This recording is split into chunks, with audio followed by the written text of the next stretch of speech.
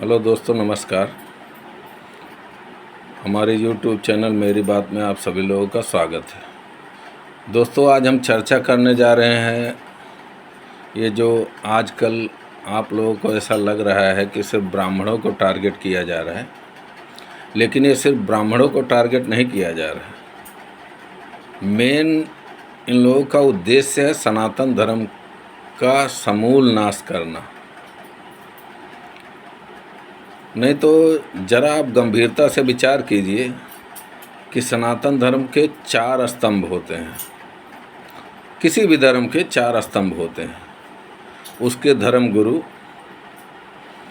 उसके धर्म के अगुआ, धार्मिक किताबें और धार्मिक स्थान। 4 मूल स्तंभ होते हैं किसी भी धर्म के।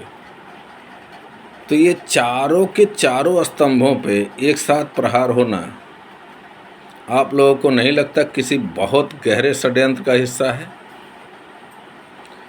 क्योंकि ये अनायास ऐसे ही नहीं हो रहा है, क्योंकि सब कुछ तो विधर्मियों ने अपना चुके। हमारे देश के ऊपर सब तरह से प्रयोग वो लोग कर चुके, लेकिन फिर भी तमाम सभ्यताएं नष्ट हो गई, लेकिन सनातन सभ्यता अभी तक नष्ट नहीं हुई। उसका कारण था लोगों की आस्था, प्रबल आस्था, ब्राह्मणों के प्रति प्रबल आस्था, अपने धर्म के प्रति आस्था, अपने धर्म स्थानों के प्रति आस्था और अपने इष्ट देव पे आस्था। तो सब पे प्रबल आस्था होने की वजह से हमारी संस्कृति आज तक बची रही। लेकिन अब आप लोगों को ये विचार करना चाहिए, क्या ये हमारी संस्कृति बची रहेगी?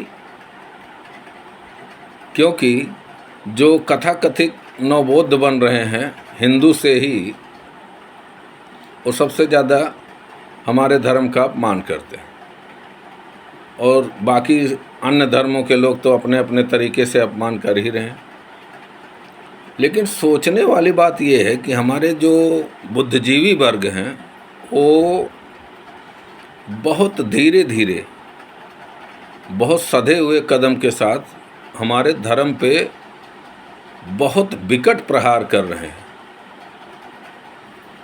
और वो प्रहार इतना घातक है कि जिसके दुष्परिणाम बहुत भयंकर हो सकते हैं। जैसे किसी भी जो मशीनरी होती है उसका सॉफ्टवेयर सबसे ज़्यादा उपयोगी होता है, और उसका सॉफ्टवेयर बदलते ही मशीन की कार्यशैली बदल जाती है।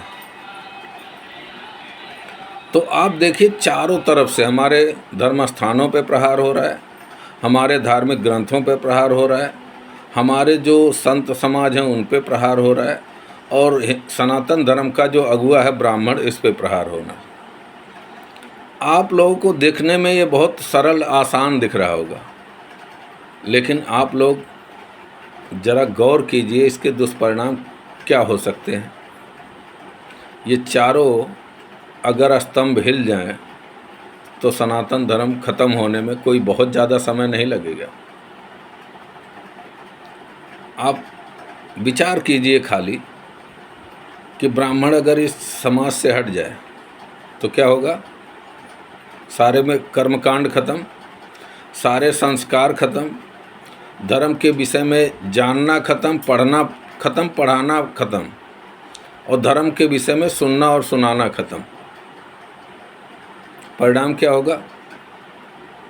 परिणाम 30 साल 35 साल जाते जाते लोग धर्म के बारे में बिल्कुल उनको धर्म के बारे में जरा भर भी ज्ञान ही नहीं रहेगा। और 50 साल जाते जाते जो प्रमुख संस्कार हमारे बचे हैं वो 50 साल जाते जाते संस्कार खत्म हो जाएंगे। अब क्या होगा? अब होगा कि हमें अपने धर्म का कोई ज्ञान ही नहीं रह जाएगा। उसके बाद धर्म से जब ज्ञान नहीं रहेगा तो प्रीति नहीं रहेगी, और जब प्रीति नहीं रहेगा तो हम किसी एक धर्म में नहीं रहेंगे, तो हम क्या बिखर जाएंगे। ऐसा नहीं है कि मैं ब्राह्मण समाज से हूँ इसलिए ब्राह्मण समाज की बात कर रहा हूँ। आप खुद किसी भी धर्म के हों, आप किसी भी जाति में हों, आप यदि सनातनी हैं तो खाली गंभीरता से विचार कीजिए कि यदि ब्राह्मण ना हो, ब्राह्मणों में सिर्फ आस्था कम हुई है, तो आज किसी भी नवयुवक को पूछिए 12 महीने के नाम नहीं बता पाएगा, हमारे 9 ग्रहों के नाम नहीं बता पाएगा, जो मूल चीज़ें हैं। इसकी वजह क्या है?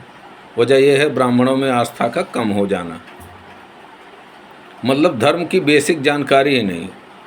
और आस्था कम होने की वजह से आप सोचिए, हमारे 16 संस्कार होते थे, घटते घटते घटते अब 4-5 संस्कार रह गए हैं, 11 संस्कार विलुप्त हो गए, कोई उनका अनुपालन नहीं करता। आपको तिथि का ज्ञान भूल चुके हो, आप अपने हिंदी के 12 महीनों का ज्ञान भूल चुके हो। किसी भी नवयुवक से पूछो हिंदी के 12 महीने तो नहीं बता पाएगा, तो आप जड़ से ही उखड़ जाएंगे। और विचार कीजिए कि आपके धार्मिक स्थल आपके संगठन का, आपके धर्म की रीढ़ की हड्डी है और तुम्हारे आमदनी का, आर्थिक गतिविधि का स्रोत है मंदिर, लेकिन भड़काया क्या जाता है? मंदिर के अंदर जो 4-5 पुजारी रहते हैं उनको दिखा के ये दिखाया जाता है सिर्फ यही लाभ ले रहे हैं।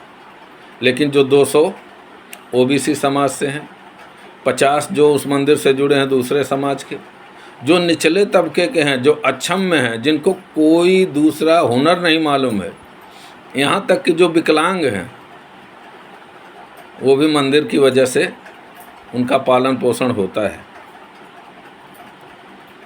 आप गंभीरता से विचार कीजिए, सिर्फ ब्राह्मणों पर प्रहार नहीं है, आपके धर्म को ख़त्म करने की बहुत सोची समझी रणनीति है।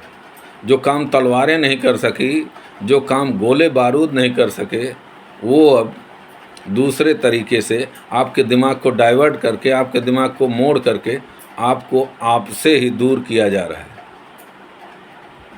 तो इसलिए हम आप सभी लोगों से आग्रह करेंगे कि कुछ भी हो, हमारे हिंदू धर्म में सबसे बड़ी प्रॉब्लम जानते हैं, ना दूर तक सोचते हैं, ना गहराई में जाते हैं।